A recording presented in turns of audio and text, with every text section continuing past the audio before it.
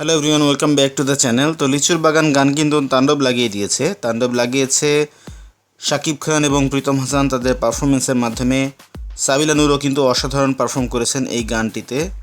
আমরা ভিজুয়ালে যা দেখেছিলাম তাণ্ডব সিনেমার গানে খুবই ভালো perfect blend of folk and pop fusion at its best. প্রোডাকশনও খুব ভালো ছিল। স্পেসিফিক্যালি যখন প্রীতম গান শুরু করেন তখন কিন্তু খুবই শুনতে ভালো লাগছিল, অসাধারণ। জেফারও কিন্তু খুব ভালো গেয়েছেন। এখন এই গানটা কোত্থেকে এলো আমরা কিন্তু অলরেডি ক্রেডিট গানের ডেসক্রিপশনে আমরা দেখেছি এই গানটি আসলে একটি প্রচলিত ঘাটু গান, যেখানে যেখানে কে দিল পীড়িতের বেড়া এই লিরিকের সাথে ছাত্তার পাগলা নামে একজন গায়ক তার নিজের মতো করে তৈরি করা লিরিক্স যুক্ত করে গাইতেন এবং তার মাধ্যমেই কিন্তু এই গানটি বিখ্যাত হয়। তো কে এই সাত্তার পাগলা, সেই সম্পর্কেই আজকে জানবো।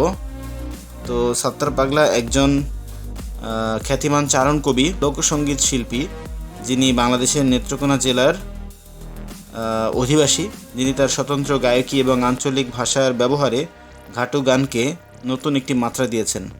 তার বিখ্যাত গানগুলোর মধ্যে এই কে দিল পীড়িতের বেড়া অন্যতম, যা মূলত একটি সংগৃহীত ঘাটু গান হলেও তার সাত্তার পাগলার সৃজনশীল পরিবেশনায় এটি নতুন প্রাণ পেয়েছে। এই গানটি মূলত বাংলাদেশের হাওর অঞ্চলের ঘাটু গানের ধারায় পরিবেশিত হতো, যেখানে কিশোর বালকদের নারীবেশে সাজিয়ে রাধা কৃষ্ণের প্রেম কথা উপস্থাপন করা হতো। সাত্তার পাগলা এই ধারার গানে নিজস্ব সুর ও কথার যোগে তা আরও সমৃদ্ধ করেছেন। গানটি বিভিন্ন সময় বিভিন্ন শিল্পীর কণ্ঠে পরিবেশিত হয়েছে, যার মধ্যে মনুরা, শিকদার বাসুদেব, তৌহিদা চুমকির পরিবেশনা উল্লেখযোগ্য।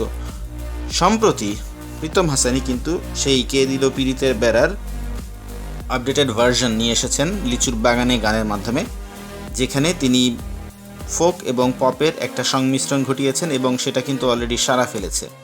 তো সাত্তার পাগলার অবদান বাংলাদেশের লোকসঙ্গীতের ইতিহাসে বিশেষভাবে স্মরণীয়।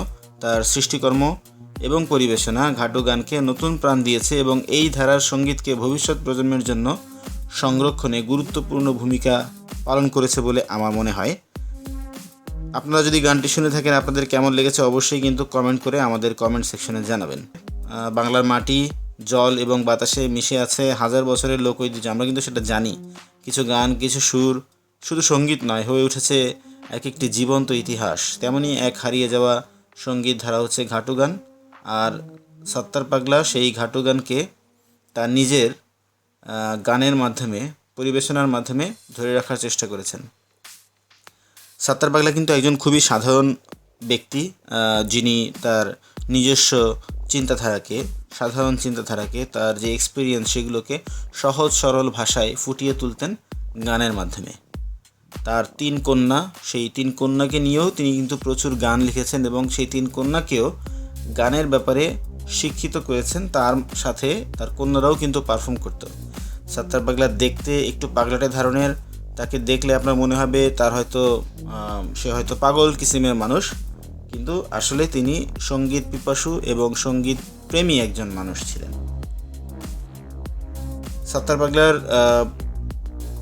অনেকগুলো গানের মধ্যে অন্যতম জনপ্রিয় গানটি হচ্ছে কে দিল পীড়িতের বেড়া, যেটা এখন আমরা লিচু বাগানে নাম হিসেবে দেখতে পাচ্ছি। তাণ্ডব সিনেমার গানে সাত্তার পাগলা যখন গান তৈরি করতেন, তিনি কিন্তু তার নিজস্ব যেসব এক্সপিরিয়েন্স আছে, হতে পারে সেটা ফুটবল, হতে পারে সেটা কৌতুক, রসাত্মক কোনো ডায়লগ, সেগুলোও তিনি চেষ্টা করতেন তার গানের মাধ্যমে প্রকাশ করার জন্য। সেই রকম আমরা ভিডিও সংগ্রহশালা কিন্তু ইউটিউবে বিভিন্ন চ্যানেলে দেখতে পেয়েছি।